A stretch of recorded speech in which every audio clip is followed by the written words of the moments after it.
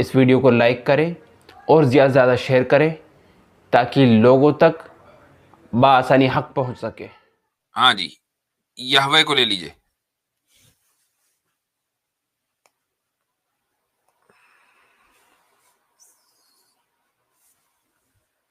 चलो, हाँ जी भाई। जी अस्सलाम वालेकुम मुफ्ती साहब। वालेकुम अस्सलाम। जी मुफ्ती साहब, मेरी आपसे तो बात हो चुकी है पहले भी, और उसी मौजू पे बात करूंगा जिसपे आंसर सेटिस्फैक्टरी नहीं लगा था, और इसी सवाल को मैंने कैसर अहमद रजा साहब से पूछा था, उनसे भी मुझे आंसर बहुत सेटिस्फैक्टरी नहीं मिला था। खैर, लेकिन वापस आपसे आऊंगा और गुजारिश यही होगी आपसे कि अगर आपके पास आर्गुमेंट ना होगा तो सडनली बैकस्टेज ना कर दिएगा बता के कर दीजिएगा तो वो अच्छा होगा। क्या बोला दोबारा? यानी अगर हमारे पास आपके सवाल का जवाब नहीं होगा तो हम आपको जवाब नहीं होगा या शायद पता नहीं कोई क्लियर आर्गुमेंट नहीं होता तो अक्सर आपके मॉडरेटर बैकस्टेज कर देते हैं। हम बोलते रहते हैं फिर मालूम पड़ता है अरे बैकस्टेज कर दिया तो मैं बता करिएगा। समझता हूं कि आपकी ये जो गुफ्तगू है ये बदजनी के ऊपर मबनी है या खुशगुमानी के ऊपर, कि आप अपने बारे में इतना खुशगुमान रखते हैं कि मेरे सवाल का अगर जवाब नहीं हुआ तो हमें बैक स्टेज कर दिया जाता है। ऐसा नहीं है। हम बदतमीजियों के ऊपर, सुनिए, हम बदतमीजियों के ऊपर बैक स्टेज करते हैं, या टाइम बहुत ज्यादा अगर हो जाए तो फिर बैक स्टेज कर देते हैं कि चलो भाई अगली मरतबा बात करेंगे। इतना खुशगुमान होने की जरूरत नहीं है। ठीक है, चलें जी, अब आगे बढ़े। अगले तो आप लग रहे हैं, लेकिन चलिए नो प्रॉब्लम। तो मेरे ख्याल से भाई ऐसा है, आपसे गुफ्तगू इस तंजिया अंदाज से अगर शुरू होगी ना तो फिर गुफ्तगू सही नहीं हो पाएगी। अच्छा, हमने किसी खुशगुमानी का मुजाहिरा किया ना बदगुमानी का। We want to have a normal conversation with you. आप आके कर दीजिए, ना कर दीजिए, वो ना कर दीजिए, भाई उसूल आप तय करेंगे। नहीं, उसूल हम नहीं तय करेंगे सर, लेकिन 2 बार मैं बैकस्टेज हो चुका हूँ, उस एक्सपीरियंस में मैंने कहा आपकी हरकतों की वजह से हुए होंगे ना, उसका भी तो जिक्र कर दिया करें। मैं जहां तक मुझे पता है मैं डिसरिस्पेक्टफुल नहीं था, मैंने बहुत टाइम नहीं लिया था, उस लिहाज से मैं बात कर रहा हूँ। बाकी आपकी कोई ना कोई हरकत जरूर की होगी। चले, मैं फिर भी आपको एक मर्तबा आपको एक और मौका देता हूँ। गो हेड। जी, शुक्रिया शुक्रिया, बहुत शुक्रिया। जी मुफ्ती साहब, मैंने आपसे सवाल पूछा था, हालांकि तो ये वेस्टर्न फिलोसफी में इतना रेलेवेंट रहा नहीं है अब, लेकिन फिर भी क्योंकि हम अल्लाह को as an all powerful attribute देते हैं, और मैंने आपसे पिछली बार भी कहा था कि ओमनीपोटेंट है, उस पर आपने एग्री भी किया था, तो वही मैंने गॉड रॉक आर्गुमेंट जो है वो मैंने आपके सामने लाया था। तो उस पे आप तो आर्गुमेंट को जानते ही हैं, और जाहिर सी बात है उसमें आपने कई बार पॉइंट आउट किया गया कि वो एक लॉजिकल फैलेसी है ना। और मुझे अभी तक समझ में नहीं आया क्या बात हो रही थी और क्या जवाब, क्या मौजू था। आई डोंट नो, आप शुरू करें। मैं सारी होती मुझे याद नहीं रहता। जी मैं आपको बताता हूँ। मौजू ये था कि गॉड जो है वो, अल्लाह जो है वो ओमनीपोटेंट है, ऑल पावरफुल है। और उसके बाद में हमने गॉड रॉक आर्गुमेंट जो हमारा होता है कि अगर क्या खुदा एक ऐसा पत्थर बना सकता है जिसको खुद ना उठा सके। ठीक है, तो इस पे अक्सर आपका भी मैंने जवाब सुना है, इसमें कई बार आपने जवाब भी दिया इस चीज के बारे में, और इसका जवाब यही है कि भाई ये तो एक लॉजिकल फैलेसी है, जो आप बोल रहे हो वो तो एक लॉजिकल फैलेसी है, देयरफॉर आपका सवाल गलत है। आप ही हैं वो साहब के जिनसे जब गुफ्तगू हुई थी तो फिर वो एक दूसरे चैनल पर जाकर हमारी डिबेट के बारे में तफसीरा हुआ था, आप ही है ना? जी कैसे साहब से बात? नहीं, वो सनातनियों की तरफ से छोड़े जाते ना बाज मर्तबा कुछ। नहीं। अच्छा, नहीं, आपका सनातनियों से कोई ताल्लुक नहीं है? बिल्कुल नहीं, और मैं उसको सनातन धर्म को मैं मानता भी नहीं। मुझे तो बहुत बड़ा बकवास लगता है। खैर, आर्या समाजियों को वो भी बकवास है। सब मैं मुसलमान हूँ। मैं तो अपने आप को कहता हूँ, लेकिन मैं माना जिस तरह के मेरे सवाल है उस हिसाब से मैं रहा नहीं, लेकिन मैं मुसलमान घर का हूँ। चलो ठीक है, बेहतर है। हाँ, तो अल्लाह ताला ऑमनीपोटेंट है। अगर वो ऑमनीपोटेंट है तो क्या फिर वो ऐसा पत्थर बना सकता है कि जिसको वो खुद ना उठा सके? जी, तो बात तो सही है बिल्कुल, सवाल तो खिसा पिटा है। जी, सवाल घटा हुआ लॉजिकल फैलेसी है। लेकिन फिर बाद में आर्गुमेंट ये आता है कि फिर मतलब जो ऑल पावरफुल अल्लाह है या ऑल पावरफुल गॉड है, उनको लॉ ऑफ लॉजिक फॉलो करना पड़ता है। जी, तो इस तरह से तो मैंने कैसर साहब से बात की थी, तो उनका भी मतलब पहले तो मुझे उनका आंसर कन्विंसिंग नहीं लगा, बाद में मुझे थोड़ा कन्विंसिंग लगा, लेकिन फिर बाद में मुझे फिर समझ में आया कि भाई ये तो एट्रीब्यूट अल्लाह का ही है इवेंचुअली, और फिर आपको या तो अग्री करना पड़ेगा कि वो ऑल पावरफुल नहीं है। उन्होंने हवाला दिया था बर्टन रसल का, उन्होंने कहा था कि वेस्टर्न फिलॉसफी में इसको सीरियसली लिया जाता है, बिल्कुल, जो कि बिल्कुल सही बात है एक्चुअली। वेस्टर्न फिलॉसफी में अभी एक बहुत सीरियस आर्गुमेंट रहा नहीं, लेकिन वहां पे उन लोगों ने इस लिमिटेशन को माना है। कैथलिक पॉलिटिक्स में भी इसको माना है कि ओमनीपोटेंसी से हम ये नहीं कह रहे हैं कि वो लॉ ऑफ लॉजिक फॉलो नहीं करता है, लॉ ऑफ लॉजिक उसको फॉलो करना पड़ता है। तो इस लिहाज में फिर देखें, ये जो लॉ ऑफ लॉजिक को अल्लाह ताला फॉलो करता है या नहीं करता, इसका पॉइंट ऑफ रेफरेंस कौन है? ये मुझे कैसे साहब ने भी कहा था कि हमारा ख्याल है ये। नहीं, ख्याल नहीं है, ये हकीकत है कि रेफरेंस पॉइंट क्या है? खुदा है रेफरेंस पॉइंट कि जो किसी कानून का ताबे है, या हम रेफरेंस पॉइंट है जो हम ये समझ रहे हैं कि हमारी समझ के एतबार से ये एक लॉजिकल फैलेसी है? हाँ, हमारी समझ के हिसाब से एक लॉजिकल फैलेसी है जी। जी, तो जब ये हमारी समझ के एतबार से लॉजिकल फैलेसी है, तो हम अपनी समझ के एतबार से खुदा को लॉजिक का ताबे कैसे मान लेंगे भाई? ये तो हमारी मतलब हमारी हमारी समझ का कसूर हुआ ना। मतलब आप कह रहे हैं, बट फिर बाद में कंक्लूजन इसका यही निकलता है कि हमारी समझ में तो खुदा का वजूद लॉजिकली पॉसिबल नहीं है ना? नहीं नहीं नहीं नहीं, हमारी समझ खुदा का वजूद तो बिल्कुल पॉसिबल है लॉजिकली, हमारी समझ के मैंने एतबार से तो भी। मेरी समझ में तो मैंने बता दिया आपको, लॉ ऑफ लॉजिक फॉलो नहीं हो रहा है। हम खुदा के फॉलो कर वजूद रहे हैं, पर बात कर रहे हैं कि वो खुदा के जो पत्थर उठा सकता है या नहीं हम उठा सकता। खुदा का देखिए सर, खुदा का जो एट्रीब्यूट है उसको आप डिस्प्रूव कर देंगे तो फिर वजूद डिस्प्रूव हो ही जाएगा। नहीं, एट्रीब्यूट जब आप ये कोई, एट्रीब्यूट के अंदर हाँ, पैराडॉक्स बता रहे हैं कि जी अच्छा, मुझे समझ में नहीं आता कि जो आप सवाल कर रहे हैं कि खुदा वो पत्थर उठा, ऐसा पत्थर बना सकता है जो नहीं उठा जी सकता, इस सवाल की जगह अगर इस सवाल को थोड़ा सा चेंज कर लें, तब्दील कर लें कि क्या खुदा स्क्वायर सर्कल बना सकता है, ये सवाल हाँ क्यों मैंने पोज नहीं कर? हाँ ठीक है, ये भी पूछ कर लीजिए ना, लॉजिकल फैलेसी वहाँ भी लॉजिकल फैलेसी है। नहीं, बिल्कुल देखिए, नॉनसेंस रिमेन्स तो नॉनसेंस, नॉनसेंस जो होता है ना वो सर नॉनसेंस सर ही होता है, नॉनसेंस, क्योंकि बिल्कुल ये नॉनसेंस सर, बिल्कुल ऑमनीपोटेंस जी मॉडरेटर पैराडॉक्स है। साहब। एक मिनट रुक जी जाए, सर बिल्कुल। एक चीज मुझे एक बार बताएं कि स्क्वायर का सर्कल होना या अनलिमिटेड का लिमिटेड होना, जी ये ऑब्जेक्टिवली अनरियल है कि जिसको हमने लॉजिक से समझा, या लॉजिक ने इसको अनरियल बताया है, साबित किया है? प्लीज रिपीट करिए अपने आपको, मैं समझ नहीं पाया, बोलिए वापस बोलिए। किसी सर्कल का स्क्वायर होना या अनलिमिटेड का लिमिटेड होना, इसका फेलेशियस होना, ये हमें लॉजिक से समझ में आया है, लेकिन बाय इटसेल्फ ये इम्पॉसिबल है, या लॉजिक ने इसको इम्पॉसिबल साबित किया है, इसकी इम्पॉसिबिलिटी को एस्टैब्लिश किया? लॉजिक ने हमें बताया कि इम्पॉसिबल है ये बाय सेल्फ। लॉजिक से हमने समझा है, वरना बाय जी इटसेल्फ ये इम्पॉसिबल है ना? जी जी तो फिर अगर कोई टूल है लॉजिक जिसने हमें एक चीज की इम्पॉसिबिलिटी को समझा दिया, तो फिर उस इम्पॉसिबिलिटी को आप उस टूल के ऊपर कंटिंजेंट नहीं मान सकते। सर तो वही बात होगी ना, बिल्कुल आपने सही कहा कि मेरी समझ के हिसाब से वो इलॉजिकल है। मैं लॉजिक के सहारे से कह रहा हूं कि वो वजूद नहीं उसका, जबकि ऑन इट सेल्फ उसका वजूद है कि नहीं, मैं नहीं कह सकता। नहीं नहीं नहीं नहीं नहीं, बात देखें, एक चीज ये हो रही है कि मान लें 1+1+1 इक्वल्स 3, ठीक है, ये हमें मैथ से समझ में आया चूंकि हमने मैथ की जबान को बोला। लेकिन अगर 1+1+1 इक्वल्स 3 का 3 होना, ये डिपेंड करता है मैथ के ऊपर, या मैथ ने सिर्फ हमको बताया कि ये इक्वल 3 है, लेकिन हकीकतन वो इक्वल 3 होता है, रिजल्ट उसका 3 निकलता है। मैथ ने सिर्फ हमको बताया कि रिजल्ट 3 निकला है, हकीकत में वो मैथ से पहले भी 3 ही था, 1+1+1। समझ में आया? आपने बताया जैसे 1+1+1 जो है वो इक्वल टू 3 है, तो ये मैथ्स के हवाले मैथ ने साबित किया ये मैथ की वजह से 3 है, या वो 3 था लेकिन मैथ ने हमें बताया कि 3 है? वो 3 था इसलिए मैथ ने हमें बताया। तो खुदा का ये ऐसा पत्थर बनाना कि जिसको वो ना उठा सके।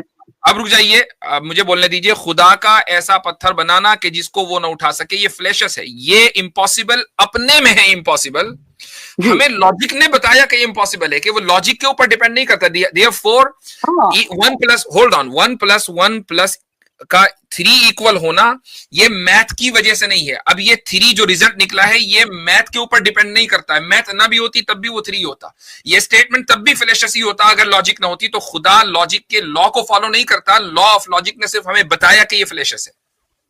लेकिन सर जो रियलिटी है उसको मैथ्स इस सेंस में कॉन्ट्रडिक्ट भी तो नहीं कर रहा है ना। अगर आप मुझे कह रहे हैं ये ठीक है, अगर आप मुझे कह रहे हैं 1+1+1=3 है और ये पहले से ही है और बाद में मैथ्स ने सिर्फ उसको एक्सप्लेन किया, ठीक है, लेकिन मैथ्स के खिलाफ नहीं जा रहा। लेकिन अगर हम खुदा की बात कर रहे हैं यहाँ पे, तो फिर वो तो लॉ ऑफ लॉजिक के खिलाफ जा रहे हैं। अगर वो ऑल पावरफुल है तो ये कर सकते हैं, लेकिन लॉ ऑफ लॉजिक नहीं होगा वो। और अगर आप कह रहे हैं कि लॉ ऑफ लॉजिक नहीं फॉलो कर सकते, मतलब उनके पास फिर से ओमनीपोटेंसी नहीं है, ऑल पावरफुल नहीं है वो। आपने क्या कहा? खुद आपको भी समझ में आया? जी बिल्कुल समझ में आया। क्या? मैंने यही कहा कि या तो आप कह दीजिए, या तो मेरा जो ओरिजिनल प्रेमिस है उसमें आप कह दीजिए कि खुदा ये नहीं कर सकता है, ठीक नहीं, है, क्यों तो कह वो रहे ऑल हैं? पावरफुल नहीं एक रहा। मिनट, मैं हमने, अच्छा चलो एक बात सुनो, मेरी जो बात है वो आपको बिल्कुल वाज़ेह तौर से समझ में आ गई। चलो मैं आपको जी छोड़ता हूँ, हो बिल्कुल सकता है आपके ना बिल्कुल आई हो। वसालत भाई, समझ में आपके समझ में आ गई? वेट, वसालत भाई, जो जी जी मैंने कहा समझ बिल्कुल में आया? बिल्कुल क्या हजरत। बात है? आप थोड़ा रिफ्रेश कीजिए इसको। अच्छा, आपने इनको ये एक्सप्लेन किया था कि जिस तरह मैथमेटिक्स के अंदर जब हम कहते हैं 2+2 4 है, तो वो मैथमेटिक के ऊपर डिपेंडेंट नहीं है, it is separate from that, यानी कि 2+2 4 है, मैथमेटिक ने ये बात हमें बताई है। जी, मैथमेटिक्स या लॉजिक एग्जिस्ट नहीं भी करती होगी किसी, यानी कि एक इंसान, यहाँ पे इंसान हो, एलियन हो, जानवर हो, इस यूनिवर्स के अंदर अगर वो एग्जिस्ट ना भी करता हो तब भी 2+2 4 ही होता है। जी, दिस इज बिल्कुल, what you want to sir explain. Sir बिल्कुल, सर एक मैं जरा एग्ज़ैक्टली। ऐड ऑन कर लूं। जी जी उस मुफ्ती साहब, स्टेटमेंट का मुफ्ती फेलेशियस साहब होना जी ये सर, तय लेकिन है, चाहे लॉजिक होती या ना होती। लॉजिक सर ने सर हमें सुनिए, बताया, देयरफॉर हम ये नहीं कह सकते कि खुदा सर उस लेकिन लॉजिक को फॉलो कर रहा है। एंड आई थिंक सर मुफ्ती मैं साहब मैथ यहाँ के पे ना एक मिनट, यावे साहब, एक मिनट यावे साहब, यहाँ पे ना क्योंकि लॉजिक लॉजिक लॉजिक बहुत कर रहे हैं आप, फिर आपने कहा लॉज ऑफ लॉजिक में this, laws of logic that, आप लॉजिक को डिफाइन कर सकते हैं, लॉजिक होती क्या है? क्योंकि ये सारा आर्ग्यूमेंट लॉजिक के गिर्द ही घूमे जा रहा है। हम कह रहे हैं वो पैराडॉक्स है लॉजिक की बेस पे, आप कह रहे हैं नहीं है, वो नहीं है क्योंकि laws of logic God follow करता है। What is logic? How do मैं यू डिफाइन? मैं मुझे मुझे मेरे पास फिलहाल तो कोई डेफिनेशन नहीं है, बट आप कोलोकियल सेंस ऑफ लॉजिक आपको भी पता है, मैं आपको चाहिए तो मैं गूगल से डेफिनेशन बता दूंगा आपको, मुझे नहीं पता है। मैं अपनी ये जो है लिमिटेशन मानता हूं, लेकिन मैं आपके एक आपको जरा आपने लॉजिक का डेफिनेशन नहीं पता, फिर आप कहेंगे जी गूगल से जानता हूँ, फिर आप एक पैराडॉक्स के ऊपर सवाल कर रहे हैं कि दैट पैराडॉक्स डजंट जी मेक एनी सेंस, ये तो पैराडॉक्स नहीं सरकार है, ये जी जी जी जी, लेकिन एक मिनट मॉडरेटर साहब, एक सरकार। मिनट जरा सुन लीजिए ना।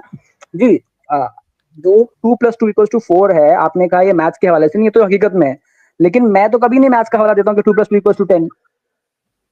देखिए भाई मैथ मैं मैथ अगर लॉजिक से सुनिए सुनिए मुझे तो बोलने हर वक्त मेरी बात काट रहे हैं, सुन मुझे बोलने दीजिए। मैंने आप कभी ना मैथ्स बीच का में हवाला इंटरप्ट ले इतना ज्यादा सुन करते हैं, वो मुझे पता चल गया है। अब आपको जो पिछली बार निकाला गया होगा ना, वो बदतमीजी कर, इसी हाँ हाँ बदतमीजी पे निकाला गया, किस यू निकाला यू है? यू सर ये आर बदतमीजी इंटरप्टिंग। नहीं है, आप मुझे बोलने नहीं दे रहे हैं। मैं अब आप मुझे भी सुन लीजिए जरा। मैंने कभी मैथ्स का हवाला लेके कोई ऐसी हकीकत चीज को गैर हकीकत नहीं बताया, हम्म।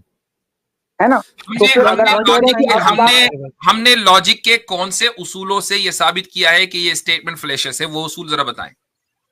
आपने बताया ना लॉजिकल फैलेसी, आपने कहा कि पहला क्लेम आपका ना है तो आपको गॉड इज ऑल लॉजिक की पावरफुल। डेफिनेशन पता, ना फैलेसी की डेफिनेशन पता। मैं ये बता दूं आपको, टर्मिनोलॉजी, ये डेफिनेशन बता दूं आपको, टर्मिनोलॉजीज जो आपको है, नहीं पता। ये आपको लॉजिक के टर्मिनोलॉजीज, डेफिनेशन होल्ड से भी ऑन, अगर देखें आ गए ना उस पर। ये टर्मिनोलॉजीज लॉजिक में इस्तेमाल जरूर होती हैं, लेकिन अगर लॉजिक ना भी होती तो क्या दुनिया में कोई स्टेटमेंट फ्लेशियस नहीं हो सकता था? अगर फैलेसी तो लॉजिक के बेसिस पे ही होती है ना सर। ओ भाई, लॉजिक ने हमें एक्सप्लेन किया कि कैसे हम पहचाने, लेकिन सर फैलेसी ये तो वही sir, independent of logic exist करती है।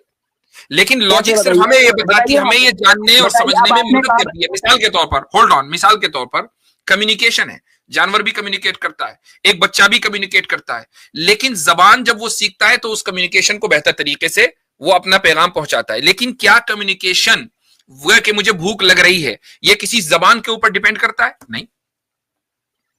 तो ऐसे ही जो फैलेशियस स्टेटमेंट है, जो फैलेसी है, वो इंडिपेंडेंट ऑफ लॉजिक है, लेकिन लॉजिक सिर्फ हमें ये समझने में मदद देती है कि हाँ ये फैलेशियस स्टेटमेंट है, दैट्स इट। तो सर एक प्रूफ तो बताइए ना मुझे, खुदा अभी आपने लॉजिक कहा का जुबान, ताबे नहीं है, खुदा लॉजिक का आपने ताबे नहीं है। उस चीज का इलॉजिकल या इलॉजिकल होने का समझ रखना है। हम लॉजिक के ताबे हैं, उस समझने के लिए हमें लॉजिक की जरूरत है, खुदा नहीं है। तो वही हजरत फिर हम वही बात होगी लॉजिक ना। एक्सप्लेन कर रहे हैं, उसको यही नहीं पता कि लॉजिक क्या होता है, वो कह रहा है मैं मुझे मैं गूगल पे आपको एक जाकर और देखना मिसाल है। देता हूँ, सर यहावे साहब, आपको एक और जितने मिसाल देता हूँ। आपने होल्ड ऑन, एक और मिसाल देता हूँ। मान होल्ड लो ऑन, मैं किसी अकली दलील की बुनियाद पर खुदा को के वजूद को साबित कर दूं और ये कहूं देखो मैंने इस अकली दलील से साबित कर दिया कि खुदा मौजूद है, तो अब क्या खुदा मेरी अकल का ताबे हो गया? मान लो अगर मेरी अकली दलील टूट जाए तो खुदा मौजूद नहीं है। खुदा आपकी अकल में तो नहीं है इंडिपेंडेंट ना, ऑफ माय आपकी अकल आर्ग्यूमेंट में तो एग्जिस्ट नहीं करता है। है। जी बिल्कुल, आपकी अकल में तो नहीं है ना, उसी अकल से जिसने आप जिस उसी लॉजिक के सहारे पे जिस पे आप और मेरी मैं बात अकल करता की हूँ। वजह से खुदा नहीं है भाई, वो खुदा independent of my argument exist करता है, independent of my argument exist करता है। मैं सिर्फ आर्ग्यूमेंट के जरिए ये बता रहा हूं कि खुदा मौजूद है, उसका वजूद मेरे आर्ग्यूमेंट से पहले से जी है कि नहीं? तो फिर तो ये तो ऑपोजिट भी बोला जा सकता है कि नहीं है अगर कि आप नहीं? कह रहे मेरे आर्ग्यूमेंट से पहले से खुदा का वजूद है कि नहीं? अगर हाँ उस सेंस में तो है जी। है, बस बात साबित हो गई। ऐसे ही किसी स्टेटमेंट का साबित फेलिशियस कैसे हुई होना सर? लॉजिक से पहले से मौजूद है। लॉजिक ने सिर्फ हमें आप बताया सर कि एक स्टेटमेंट एग्जांपल दीजिए फेलिशियस ना। है। That's it. पहले सर आप प्रॉब्लम पहले सॉल्व। कीवर्ड अब यूज अगर कर रहे आपको हैं। मानना है तो माने, नहीं मानना तो ना माने। फिर ऐसे मौके मुफ्ती पर हमें साहब, मुफ्ती हमें फिर प्लान बी का सहारा लेना पड़ता है, बटन हाँ दबाना पड़ता हाँ, है। Best plan best plan sir, बिल्कुल। ठीक है, चलें, हो गया काम, ठीक, मैं नहीं कह रहा हूँ, मैं तो जान हो गया काम, चले भाई। अल्लाह। ऐसे आदमी के लिए एक्स्ट्रा सब्र चाहिए। कभी कभी लगता है लोगों को कि हमारे अंदर एक्स्ट्रा सब्र है, हो सकता है हो, लेकिन वाकई ऐसे लोगों को झेलना बहुत मुश्किल काम है। हजरत मैं तो कहता हूँ हूरों का नाम लेके चढ़ाया कर, हर कॉलर पे एक हूर। जी भाई, विनय वर्मा। अच्छा, राहुल हुसैन साहब हैं, उनको भी रूहुल हुसैन साहब, उनको ले लेते जी हैं। और नमस्कार। जी जी आदाब। जी विनय वर्मा साहब। जी रूहुल जी हुसैन साहब, आपका भी इस्तकबाल है। अस्सलाम वालेकुम रहमतुल्लाह, क्या हाल चाल है? जी मुफ्ती साहब बढ़िया। आवाज़ आ रही है मुफ्ती साहब मेरी? आ रही है। अच्छा, मैं ये कह रहा था कि ये जो सवाल है ना, अपना खुदा कोई ऐसा पत्थर वाला है, तो मैं बस इसमें ये बोलना चाह रहा था कि क्या खुदा को इन्होंने सिर्फ एक इंसान की तरह समझा है क्या? मतलब कि जैसे इंसान होता है, वो उसके 2 हाथ होते हैं और ऐसा पत्थर बनाए वो कि वो खुद ना उठा पाए। तो इन लोगों को मेरी तरफ मुझे ऐसा लगता है, जो मेरा माइंड कहता है कि वो खुदा जो है वो एक इंसान की तरह नहीं है, पहली बात तो ये है, ठीक है? और वो एक ताकत है। ताकत और मतलब वो खुद ही उस ताकत इस पूरी ताकत ने ही पूरी कायनात को बनाया है। तो ये एक मुझे सवाल ही थोड़ा-सा वो लगता है। चलिए। आप जी। अपनी आइडियोलॉजी का तारुफ कराएं। आप सनातनी है मेरे भाई? हाँ जी, हाँ जी, मैं सनातनी हूँ। मतलब खुदा से मतलब मेरा क्रिएटर से है, जी मतलब भगवान ईश्वर बोल लीजिए, जो भी, मतलब मैं ठीक उस लिहाज से बात कर रहा था। ठीक है, दैट्स फाइन। तो जी, तो आपका सवाल रखें। हाँ, मेरा सवाल मुफ्ती साहब ये है कि मैंने वैसे कुरान और उसमें भी देखा था कि, लेकिन उसमें ये मिला नहीं कि जो खुदा है वो टाइम और स्पेस से बाहर है। हम्म तो मुझे आपसे जानना है कि क्या ये इस्लाम में मतलब कुरान और हदीस में कहीं इसका ज़िक्र आता है, या फिर जो मुसलमान लोग हैं वो खुद ही अपने दिमाग से ये बात बोलते हैं कि खुदा जो है टाइम और स्पेस से बाहर है? मतलब ये जानना था। ओके, देखें, ये जो बाहर का लफ्ज है ना, अंदर और बाहर का लफ्ज, ये भी हम मजबूरी में बोलते हैं, क्योंकि हमारी जो जबान है वो बहुत लिमिटेड है। जाहिर है कि जब आप ये कहेंगे कि फला चीज अंदर है या फला चीज बाहर है, तो बाहर होना का मतलब ये है कि अब वो अंदर नहीं है, और अंदर होने का मतलब ये है कि अब वो बाहर नहीं है ना? तो ये जो अल्फाज बोले जाते हैं, ये भी मजबूरी में बोले जाते हैं। असल जो लफ्ज है वो ये है कि खुदा, अंग्रेजी में हम बोल सकते हैं टाइमलेस और स्पेसलेस है। यानी हम उसको टाइम या स्पेस से जज नहीं कर सकते कि वो यहां है, वहां नहीं है, वहां है, यहां नहीं है, या इस वक्त है, उस वक्त नहीं, और उस वक्त है, इस वक्त नहीं है। वो स्पेसलेस और टाइमलेस है। अच्छा, कुरान करीम में अल्लाह ताला ने इरशाद फरमाया कि खलक़ कुल्ल शै, कि उसने हर चीज को पैदा किया। अगर टाइम और स्पेस कोई चीज है तो वो भी मखलूक है, उसको भी पैदा किया है। ठीक है, हाँ, ये आयत नहीं मिलेगी कि जी उसने टाइम को पैदा किया, उसने स्पेस को पैदा किया, ये आयत नहीं है, लेकिन हर चीज में हर चीज आती है ना। जी अच्छा, अच्छा। तो टाइम और स्पेस को, क्योंकि जब मुझे ये थोड़ा-सा वो लगा था, कि भई अगर जैसे बोलते हैं बाहर है, तो मुझे ये लगता था कि कोई अनलिमिटेड, जैसे हम खुदा को अनलिमिटेड बोलते हैं, तो वो फिर अनलिमिटेड नहीं रह पाएगा ना, कि अगर हम उसको बाहर बोल देंगे। लेकिन एग्जैक्टली, इसीलिए मैंने आपसे कहा कि अंदर बाहर के अल्फाज भी हम मजबूरी में बोलते हैं, वरना असल वो लफ्ज है कि वो टाइमलेस और स्पेसलेस है। हाँ, ये बात समझ में आती है मुफ्ती साहब। मेरे को ये डाउट था और ये अनलिमिटेड वाला तभी मुझे वो लगा, क्योंकि अनलिमिटेड फिर वो रहता नहीं। तो मेरा यही सवाल था। और एक सवाल ये था कि मुझे जो ये टेस्ट वाला जो इस्लाम में वो है, वो मुझे थोड़ा सा खटकता कहने का मतलब है, थोड़ा डाउटफुल लगता है कि यार ये कैसे हो सकता है, हर किसी के लिए बराबर भी नहीं होता। अगर हर ये टेस्ट है तो मतलब खाली मुसलमानों के लिए तो होगा नहीं, इस कायनात में जितने भी लोग हैं, इंसान है, उनके लिए हैं, तो वो इतने 4000 5000 धर्म है, तो वो सबके लिए है या खाली मुसलमानों के लिए है? तो वो अगर सबके लिए है तो फिर वो किस तरीके से मतलब एक जैसा है? ये टेस्ट हर इंसान के लिए है, और सिर्फ इस दौर में जो इंसान बचते हैं उनके लिए नहीं, बल्कि रोजे अव्वल से, पहले दिन से लेकर इस दुनिया के आखिरी दिन तक जितने इंसान आएंगे या आ चुके हैं, उन सब के लिए टेस्ट है। अब आप ये कहें कि जी 4000 5000 धर्म है, 4000 नहीं 4 लाख धर्म हो, लेकिन खुदा ने जिस धर्म को इस इंसान के लिए चूज किया है और जो इस इंसान को दिया है वो एक ही है। और वो क्या है? जो धर्म भी इस बात की दावत देता हो कि खुदा एक है और उसके अलावा किसी की इबादत नहीं की जाएगी, और उसने कुछ इंसानों को रसूल बनाकर भेजा कि जो खुदा का कलाम और उसकी बात को इन दूसरे इंसानों तक पहुंचाएं, ताकि लोग खुदा की बात को सुने और समझें और उस पर अमल करें। जो धर्म इसको मानता हो वही उसी को मानना चाहिए, उसी को अपनाना चाहिए। तो जो अपनाएगा वो टेस्ट पास होगा। मुफ्ती साहब, फिर इस हिसाब से तो मुझे लगता है कोई भी धर्म ये नहीं बोलता कि जो क्रिएटर है वो दो है, मतलब कि खुदा जो है मैंने वो दो है। क्रिएटर की बात नहीं की, ये बात आप बिल्कुल सही कह रहे हैं। ये भी मैं बता दूं कि कुछ धर्म ऐसे भी हैं जो ये कहते हैं कि दो हैं, दो एक क्रिएटर गुड का है, एक क्रिएटर ईवल का है, ऐसे भी हैं। लेकिन आपने अक्सरियत जो है दुनिया में रिलीजन्स की, वो ये मानती है कि क्रिएटर एक है। मैंने साथ में ये भी कहा कि उसी की इबादत की जाएगी और उसके अलावा किसी की इबादत नहीं की जाएगी। यहां फर्क हो जाता है कि हम क्रिएटर को बहुत से मजहब वाले या रिलीजन वाले, धर्म वाले एक तो मानते हैं, लेकिन फिर इबादत अनेक की करते हैं, सिर्फ उसी की नहीं करते। बल्कि आप देखेंगे कि सनातन धर्म में, मुझे बताइए कि क्रिएटर कौन है? क्रिएटर एक ही है, परम, जिसको परब्रह्म बोल देते हैं, परमात्मा बोलते हैं, परमात्मा। अच्छा जी। देखें, एक डिस्ट्रॉयर है, एक वो है क्या कहना चाहिए उसको, बनाने वाला, एक बिगाड़ने वाला। जो बनाने वाला है, एक बिगाड़ने वाला, एक बनाने वाला। जो बनाने वाला है वो कौन है? ब्रह्मा। ब्रह्मा। तो मुझे बताएं कि पूरे इंडिया में इस वक्त ब्रह्मा के कितने मंदिर हैं? ब्रह्मा का एक ही मंदिर है सर। एक ही मंदिर है। अच्छा, बनाने वाला का, अच्छा, डिस्ट्रॉय करने वाले के कितने मंदिर हैं? उसको क्या कहते हैं आप? शिव जी। शिव जी। शिव जी के मंदिर कितने हैं? आपको खुद पता नहीं होगा कितने हैं। हाँ, शिव जी के बहुत है। शिव जी के बहुत है, ठीक है। अच्छा, तीसरा कौन है? ब्रह्मा, विष्णु है। विष्णु का क्या किरदार है? विष्णु जैसे विष्णु के अवतार है ना, जैसे राम जी हैं, कृष्ण जी हैं, ये सारे जो हैं ये सब विष्णु जी के अवतार माने जाते हैं। बिल्कुल सही, बिल्कुल सही।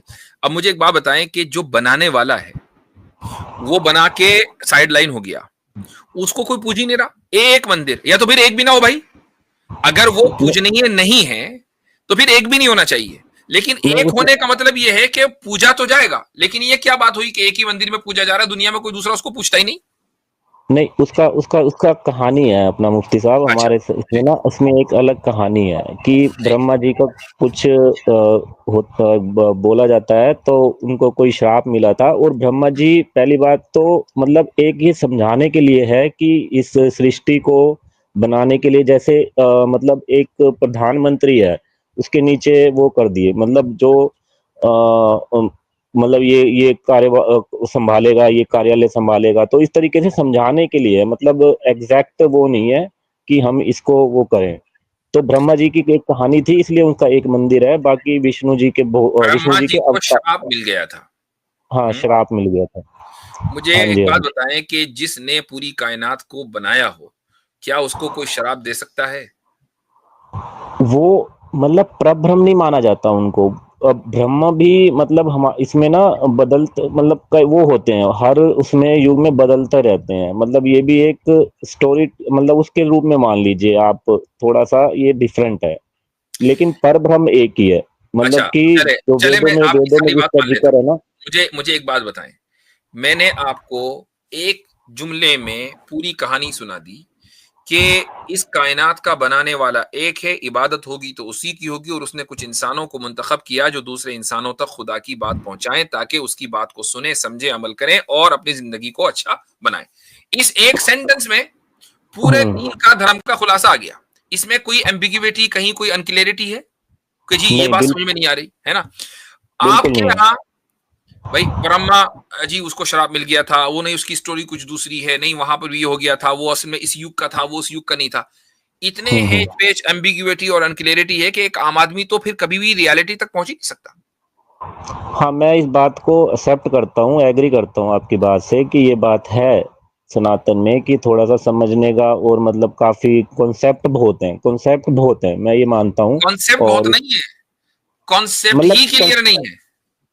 हाँ, कहने का मतलब है कि काफी चीजें हैं जो एक जल्दी से दिमाग में, मतलब एक जो इंसान कोई अलग धर्म का होगा उसको समझाने में थोड़ा टाइम लगेगा, या भाई फिर अलग धर्म का जल्दी से नहीं, क्लियर। अपने धर्म का जो होगा उसको भी समझ में नहीं आता। हाँ, खुद कई लोग आप होंगे खुद आप भी, मैं समझता हूं कि अपने धर्म की 90% बातों को सही तरीके से नहीं समझ पाते तो मुझे समझा देते, ये दुनिया को समझा देते। हाँ, नहीं, मैं इस बात को एक्सेप्ट करता हूँ मुफ्ती साहब। मैं ये नहीं कह रहा, मुझे इस्लाम क्लियर मतलब उस लिहाज से क्लियर लगता है, एक जो तौहीद का जो कॉन्सेप्ट है एक खुदा का, उस लिहाज से क्लियर लगता है मुझे, इसमें कोई डाउट नहीं है। एक कोई एक उसूल है, एक प्रिंसिपल है जो दुनिया में हर जगह इस्तेमाल होता है, और साइंस में, मेडिकल साइंस, इंजीनियरिंग, हर जगह, फिलॉसफी, रिलीजन, थियोलॉजी, हर जगह। वो क्या है कि अगर किसी चीज की एक सिंपलर एक्सप्लेनेशन है तो वही राइट एक्सप्लेनेशन है। खुदा के वजूद की, एग्जिस्टेंस की एक सिंपल एक्सप्लेनेशन है कि भाई उसने कायनात को बनाया, अब इबादत उसी की होगी, बस ये सिंपल है।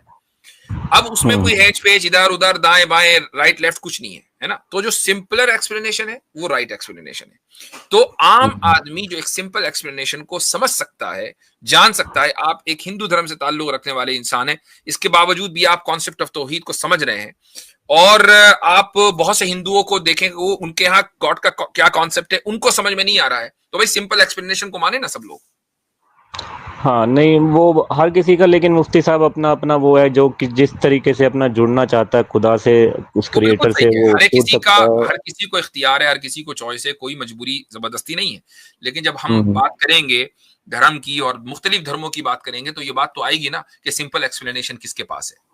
क्योंकि हाँ, वो तो है। ये बात इसलिए आएगी क्योंकि आपने कहा कि दुनिया में हजारों धर्म है, तो फिर किस धर्म को, क्योंकि टेस्ट तो सबका हो रहा है भाई, टेस्ट लेने वाले ने ये कह दिया कि सिंपल तरीन जो एक्सप्लेनेशन है उसको मानो। हम्म।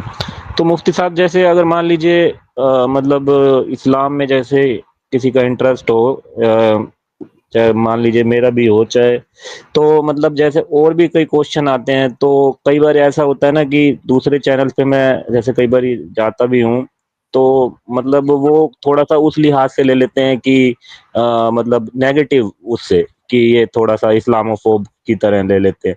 तो नहीं, मुझे मैं अगर आप जैसे, आज गुफ्तगू हुई बड़ी हेल्थी, मुझे अच्छा लगा आपसे बात करके, तो आई डोंट थिंक कि कोई ऐसा लेकिन मेरी वीडियो लोग जो देख रहे हैं, कुछ ऐसे लोग के जो स्ट्रीम करते हैं, मेरी वीडियो भी देखते होंगे, तो मैं उनसे ये कहना चाहूंगा कि भाई विनय वर्मा भाई आए तो इनको इस्लामोफोब ना मानकर बल्कि उनकी बात का जवाब दिया जाए इंशाल्लाह। जी ठीक है, जी जी जी, चले थैंक यू। ओके मुफ्ती साहब, थैंक यू। चले जी, तो रमजान साहब को ले लें। जी, अस्सलामु अलैकुम वरहमतुल्लाह। वालेकुम अस्सलाम वरहमतुल्लाह। आज तो आप कुछ इंजीनियर जैसे स्टाइल में लग रहे हैं। ये ऐसा बिल्कुल नहीं है, हम तो कुरान और सुन्नत के फॉलोवर हैं और आप हमेशा हम पर इस हवाले से तनकीद करते आए हैं। जब भी नहीं तो नहीं कह नहीं, रहे हैं इंजीनियर के स्टाइल में लग रहा है। मैं तो स्टाइल की कह रहा हूँ, मैं कब कह रहा हूँ? यानी ये हाथ वाथ बांध के, बैंड वैंड लगा के, कुछ ऐसा लग रहा है, कुछ इंजीनियर का सा स्टाइल। ये ऐसा नहीं है, ऐसा नहीं है, मुझे गुफ्तगू करने दे।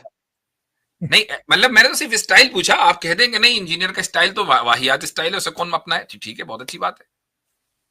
जी, मैं ऐसा बिल्कुल भी नहीं कह रहा, आप गुफ्तगू, मुझे गुफ्तगू फरमाने अच्छा दे। अच्छा, एक बात बताएं, मैं आपको जानता हूँ। जी, ऐसा नहीं है। अच्छा, जब मैं आपको जानता नहीं, पहली मर्तबा आए हैं? जी बिल्कुल। पहली मर्तबा आए हैं, देखते ही मैंने आपको, न मैं जानता कि आप क्या बोलेंगे क्या नहीं बोलेंगे, मैं कह रहा हूं इंजीनियर के स्टाइल में आए, तो आपको बुरा क्यों लग रहा है भाई? जी मुझे बुरा नहीं लग रहा, आप जो ये बात कर रहे हैं ना कि इसका मतलब ये है कि आपने अपने मुक्तदा की बात को और उसके हुलिये को अपनाना शुरू कर दिया है, ये मैं कहना चाह रहा था बस। नहीं माइक वो कैमरा ऑन रखे, बंद क्यों कर दिया आपने? हाँ जी जी। तो बस यही होता है, आपको तो मोहब्बत होनी चाहिए ना भाई, इंजीनियर साहब से आपको मोहब्बत है, आप उनके चलने फिरने उठने बैठने हेयर स्टाइल, उनके लिबास, उनके बैठने के स्टाइल को कॉपी कर रहे हैं, तो उसमें क्या हर्ज है? फख्र के साथ कहें।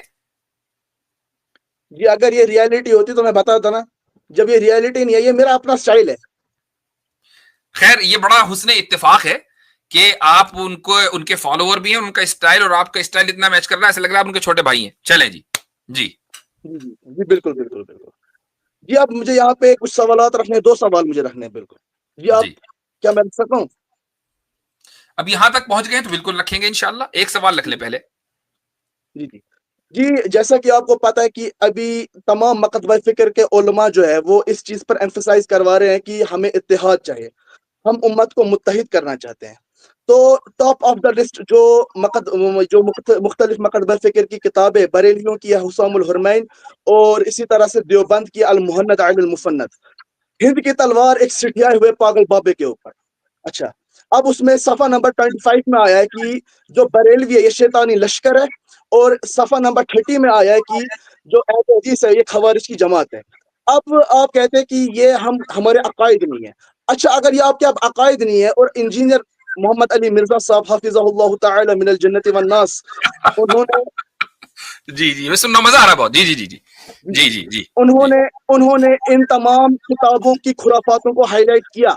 जी। अब आप उलमाए हक बकौल आपके जो उलमाए देवबंद है आप वो इतना कोई चीख ऐसा, क्यों रहे? आप इतना चीख क्यों रहे? जी चीख रहे नहीं है जी, मुझे मेरी बात तो सुने।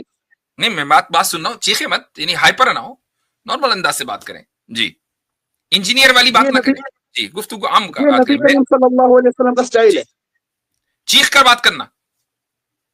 चीख कर बात करना नहीं, उम्मत को इस हवाले से एजुकेट करवाना। सही, वो तो हमें भी पता है। मैंने तो चीख कर बात करने वाली बात की, आप चीख क्यों रहे इतना? नॉर्मल बात करें जी मैं चीख रहा नहीं हूँ, ये मेरा स्टाइल है, अपना पर्सनल स्टाइल है मेरा। अभी तो आपने कहा रसूल अकरम सल्लल्लाहु अलैहि वसल्लम का स्टाइल है, तो मैंने कहा शायद उस पर मैंने जी वही काउंटर तो किया। मैंने उनको ही तो अडॉप्ट किया है, मेरे रोल मॉडल तो वही है। मेरा रोल मॉडल कोई अल मुहन्नद अल मुफन्नद वाला या हुसामुल हुरमैन वाला तो नहीं है ना, मेरा नहीं, तो रोल मॉडल हुआ है कि जिनकी कब्र मदीने में सल्लल्लाहु आपके अलैहि रोल वसल्लम। मॉडल तो इस वक्त जेल के सलाखों के पीछे है भाई, आप बैठे ही उसी तरीके से हैं, जी हेलमेट होने तो दे, वगैरह। जी होने दे जी, मुझे क्या करना है उनसे, मेरा तो कोई लेना देना ही नहीं है उनके साथ। आपको ये करना है कि आपकी पहचान वो बन गए हैं मेरे भाई, यही तो बात है। रोल मॉडल अगर नबी होते तो नबी जैसे आपका हुलिया होता, आपका हुलिया तो इंजीनियर ही है। इसीलिए तो मैं कहता हूं कि इंजीनियर ने शायद एक फिरका बना दिया कि लोग उसके हुलिये की कॉपी करने लगे। छोड़िए मुहन्नद शुहन्नद को साइड में लगाए उसको, आप तो उनके हुलिये की कॉपी करने लगे भाई। इंजीनियर कोई की मसला नहीं है जी, कोई इंजीनियर मसला नहीं, आप मुझे बात तो करने दे, अभी मैं बात करूंगा ना, बढ़ के रख दूंगा। क्या बोला आपने? जी मैं बात अभी करूंगा ना, बढ़ के रख दूंगा तुम लोग के अकाईद। चलो निकालो इसको बस। अब ये आ गई, ये देखो, जी मुझे बात तो करने दे, एक मिनट रुक जाए, एक मिनट। अभी भागना मत यहां से, बैक स्टेज रहना, बैक स्टेज रहना। देखें होता क्या है कि ये वो फ्रस्ट्रेटेड नौजवान तबका है कि जिसको अगर मैं अभी कुरान पढ़कर या हदीस की कोई किताब खोलकर इसके सामने रखूंगा ना, तो यह हदीस की किताब सही तरीके से पढ़ नहीं पाएगा अरबी में। अरबी में ये वो फ्रस्ट्रेटेड नौजवान तबका है कि जिसके पास न खाने को कुछ है, न पीने को कुछ है, न इसको अपने फ्यूचर का पता है, न उसके पास कोई डिग्री है, न कोई तालीम है, लेकिन इसके पास कुछ डेटा जीबी जो है वो इंटरनेट है कि जिसकी वजह से ये इंजीनियर से जुड़ गया। और इन्होंने ये सोचा कि अब हम तमाम दुनिया की इस्लाह का ठेका लेंगे और हम एक इंजीनियर को बतौर फिरके के लॉन्च कर देंगे, जो वो कर चुके हैं। जो चीखें इस वक्त निकल रही है वैसा ही हो रहा है। मैंने अभी क्या कहा मुहन्नद के बारे में, अरे मुहन्नद को साइड में रख के उसको जलाओ, हमारी बला से हमें कौन सा। क्या मैं ये बात सही बुखारी के बारे में, क्या ये बात मैं कुरान के बारे में कह सकता हूं? मैं अगर अभी इस आदमी से पूछ लूं ना कि अकीदे को डिफाइन कर दे कि अकीदा क्या किसे कहते हैं, चल भैया अकीदे को डिफाइन कर, अकीदा किसे कहते हैं? ये तो आपने बीच में कोई टॉपिक निकाल दिया ना, टॉपिक अभी डिस्कस किया है, उस पे एम्फसाइज कर रहे हैं। अभी तुमने कहा ना कि ये हमारे अकीदे हैं, अकीदे को डिफाइन करो जी। यही तो चालाकियां जो हमें समझ में आई है, मुझे बात करने तुम्हें समझ में आएंगी ना। अकीदे को डिफाइन करो कि अकीदा क्या है, ताकि हम बताएं कि ये हमारा अकीदा है कि नहीं। क्या है अकीदा, बताओ। Fundamental belief. फंडामेंटल बिलीफ अकीदा होता है ना? जी जी बिल्कुल। इसको साबित करें किस हवाले से, कहां से लिया है?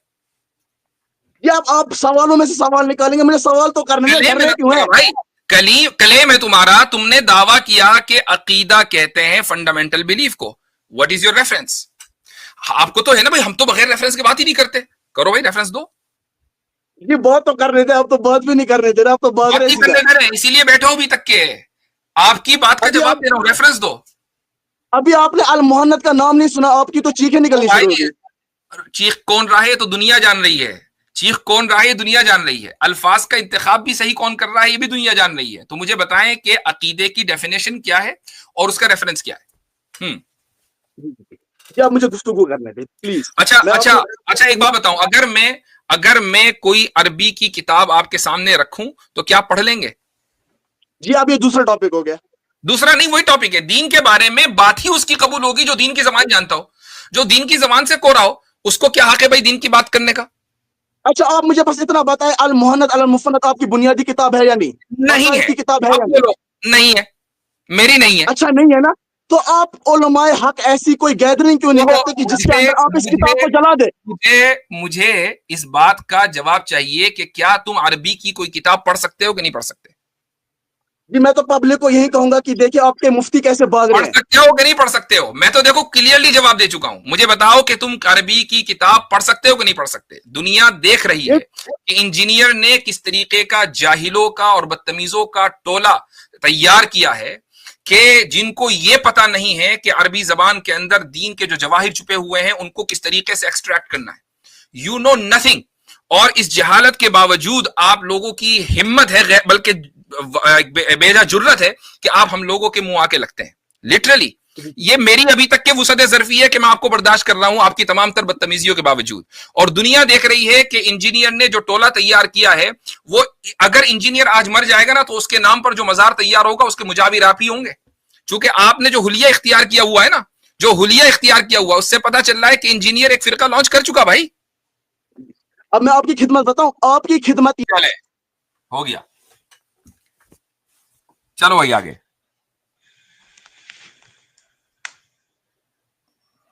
अस्सलामु अलैकुम वरहमतुल्लाहि वबरकातुहू। मुफ्ती साहब सलाम। खैरियत से हो मुफ्ती साहब जी? अल्हम्दुलिल्लाह। अल्लाह का लाख लाख शुक्र है जी, आपसे बात हुई माशाअल्लाह। आपकी मोहब्बत इतनी है जी दिल में माशाअल्लाह। ख्वाब में भी आप ही आ रहे जी पिछले 1-2 महीने से मैंने बस भाई को बताया तो जी। अच्छा जी, हजरत बड़े प्यारे भाई हैं हमारे। हजरत जी लाइट नहीं लीजिएगा इनको थोड़ा, क्या ना लाइटर नोट पे नहीं लीजिएगा, बड़े प्यारे भाई हैं हमारे माशाल्लाह।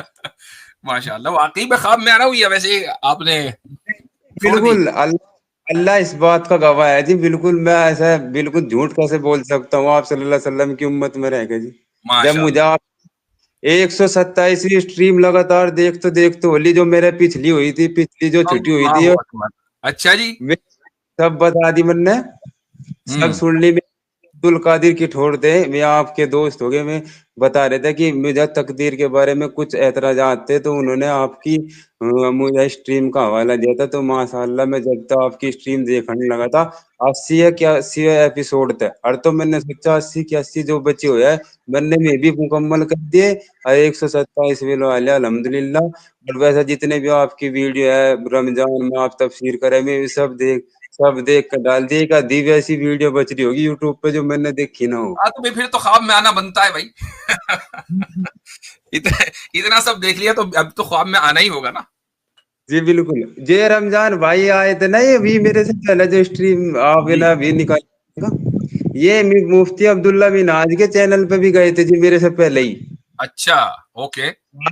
वहां भी ये के मार रहा था, फिर मुफ्ती साहब ने उसे ऐसे ही हवाला दिया, नुको बा तू अरबी टैक्स पढ़ सकता है तो तू यो कुछ हाँ उर्दू के कुछ उन्होंने अरबी के टैक्स बताया था। तो इन्होंने लगा मुझे तो इनको पता नहीं। तो मुफ्ती अब्दुल्ला मिनाज ने इन्हें कहा कि पहले तू ये सीख का, और तुझे बार इतवार को जो मेरी स्ट्रीम है इतना मौका देता हूँ समय का, जब मुझे बताइए कहाँ चिल्लावे ना।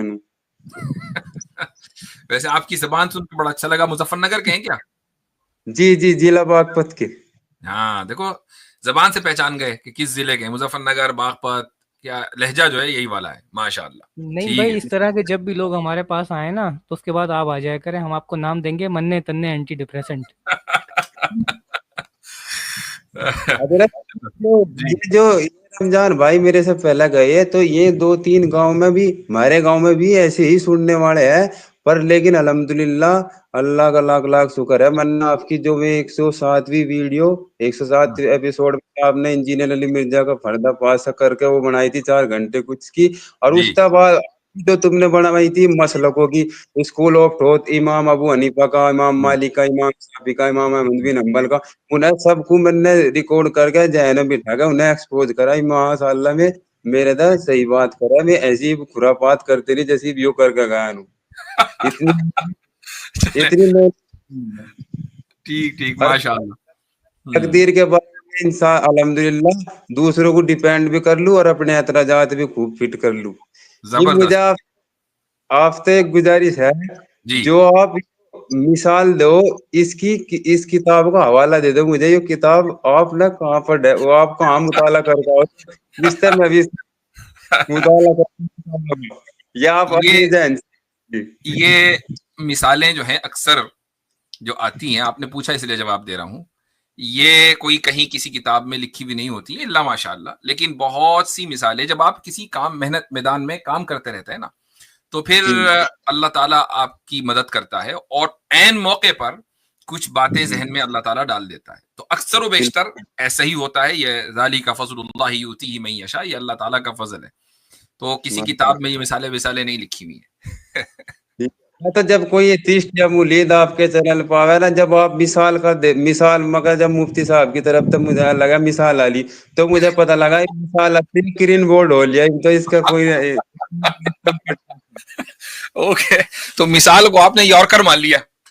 जो वर्कर है जी, वसीम अकरम से भी खतरनाक वर्कर है। अच्छा ठीक है, चलो सही है, अच्छा लगा। मैं कभी देवबंद आया इंशाल्लाह, तो फिर देवबंद आना, आपसे मुलाकात होगी, ठीक है।